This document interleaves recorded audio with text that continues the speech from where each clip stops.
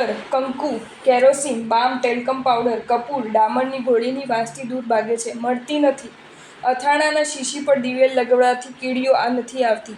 મંકોડા કપૂરથી દૂર થાય છે. મચ્છરથી બચવા માટે મચ્છરદાની વાપરી શકાય. તેની મેઠથી ક્યારેક મચ્છરો મરી પણ જાય છે. પુસ્તકો વગેરેમાં ડામરની ગોળી, ઘોડાવજ વગેરે રાખવાથી ઉધઈ થતી નથી. ઉંદરો લાલ મરચાંના પાવડરથી દૂર ભાગે છે. ગરોળી મોરપીંછથી દૂર રહે છે. કપડાં ધોતા પહેલાં ખિસ્સા વગેરે બરાબર જોઈ લેવા જોઈએ. ઘણીવાર તેમાં માંકડ હોય છે. એઠા ખોરાક પાણીમાં 48 મિનિટ પછી અસંખ્ય સુમૂર્છિત મનુષ્યોની ઉત્પત્તિ થાય છે.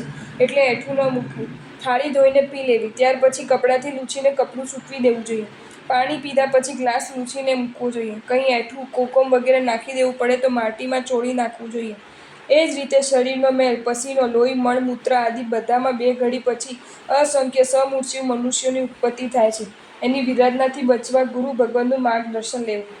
મકાનમાં લોન, વનસ્પતિ ઉગાડવાથી અનેક જીવોની હિંસા થાય છે. દરેક વનસ્પતિની કૂંપળો અનંતકાય હોય છે. વળી છોડના કુંડા, ઘાસની નીચે લીલ ઉત્પન્ન થાય છે. એટલે અતિશય વિરાધક એવી આ પ્રવૃત્તિ ન કરવી. ડિસ્પોઝેબલ ડીશ, ગ્લાસ વગેરે વાપરીને ગમે ત્યાં ફેંકવાથી કીડી વગેરે જીવોની વિરાધના જ્ઞાનની આસાધના થાય છે. ઘાસ પર ચાલવાથી ઘાસના જીવોને ભયંકર પીડા થાય છે. ગર્ભવતી સ્ત્રીના પેટ પર ચાલવાથી ગર્ભના જીવને જેવી પીડા થાય તેવી પીડા વનસ્પતિના જીવને થાય છે. એટલે ઘાસ પર ચાલવું નહીં.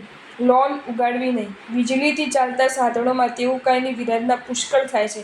તેથી તેના ઉપયોગમાં પણ નિયંત્રણ કરવું જોઈએ.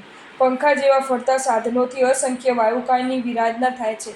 તેથી તેની પણ જૈણા રાખવી જોઈએ. પ્લાસ્ટિકની થેલીને જ્યાં ત્યાં ફેંકવાથી પશુઓના પેટમાં જઈને તેમના મોતનું કારણ બને છે. એટલે પ્લાસ્ટિક થેલીનો ઉપયોગ જ ન કરવો. કરવો પડે તો ત્યાં ન ફેંકવી. ઘી, તેલ વગેરેના વાસણ કે ગરમ પાણી ખુલ્લું રાખવાથી તેમાં મચ્છર, માખી વગેરે ઉડતા જીવો પડીને મરી જાય છે. સાફ સફાઈ ન થતી હોય ત્યાં કૂંથવા ઉત્પન્ન થાય છે. બારી, બરણા વગેરેની સ્ટોપર ન હોય, હવાથી ફટાફટ થાય તો અનેક જીવો ચગદાઈને મરી જાય છે. જોયા વિના સ્કૂટર ગાડી ચાલુ કરવાથી બિલાડી, ગલુડિયા મરી જવાની સંભાવના રહેલી છે. જોયા વિના સાફ સફાઈ કરવાથી ઈંડા ફૂટી જવાની સંભાવના રહેલી છે. જો તમને આ વિડીયો ગમ્યો હોય તો આ વિડીયોને લાઇક કરો અને શેર કરો અને આવા જ નવા વિડીયો જોવા માટે જૈન ફેક્ટ્સ એન્ડ સ્ટોરીઝની ચેનલને સબસ્ક્રાઇબ કરો. ધન્યવાદ.